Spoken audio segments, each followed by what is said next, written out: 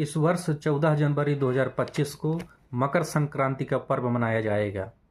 सूर्य ग्रह का प्रवेश मकर राशि में होने से इसे मकर संक्रांति कहते हैं।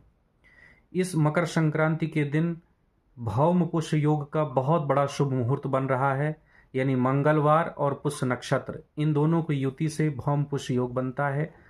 जिनकी शनि ग्रह की दशा ठीक नहीं चल रही है या 7.5 आदि से पीड़ित हैं, तो काले तिल का दान करने से, शनि मंत्र का जाप करने से उन्हें विशेष फल की प्राप्ति होगी।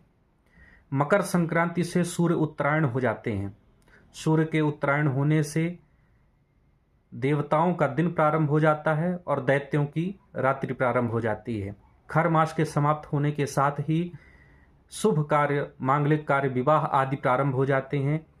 तो इसलिए मकर संक्रांति का अपने सनातन धर्म में विशेष महत्व है। एक बात यह भी है कि मकर संक्रांति के दिन गंगा स्नान और दान करने का विशेष पुण्य प्राप्त होता है। कई लोग पूछते हैं इसमें दान क्या करना चाहिए, तो इसमें काले तिल का दान करें, काले तिल के लड्डू का दान कर सकते हैं, अन्न दान करें, किसी गरीब को भोजन करा सकते हैं, चावल, उड़द की दाल की खिचड़ी, इन वस्तुओं का आप यदि दान करेंगे, कंबल, गर्म वस्त्र आदि का दान करने का विशेष पुण्य प्राप्त होता है।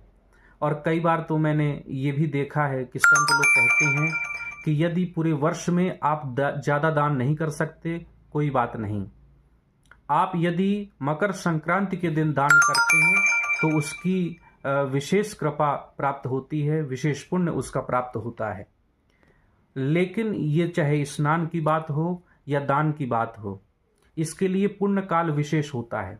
मकर संक्रांति के दिन पुण्य काल के मध्य में ही स्नान करना चाहिए और दान करना चाहिए, तो उसका पुण्य प्राप्त होता है।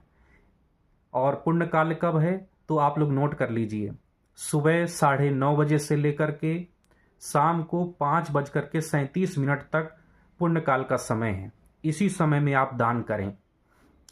और मकर संक्रांति के दिन तामसिक भोजन, लहसुन प्याज आदि का सेवन ना करें और स्नान करने के बाद ही भोजन करें। और भगवान सूर्य को अर्घ्य प्रदान करें। काले तिल जल में मिला करके तांबे के लोटे से आप अर्घ्य प्रदान करें, ओम घृण सूर्याय नमः यह कहते हुए, तो सूर्य भगवान की भी विशेष कृपा प्राप्त होती है। और जल में काले तिल मिलाकर के पितरों का भी तर्पण कर सकते हैं। इससे पितृगण भी प्रसन्न होंगे और उनकी भी विशेष कृपा प्राप्त होगी।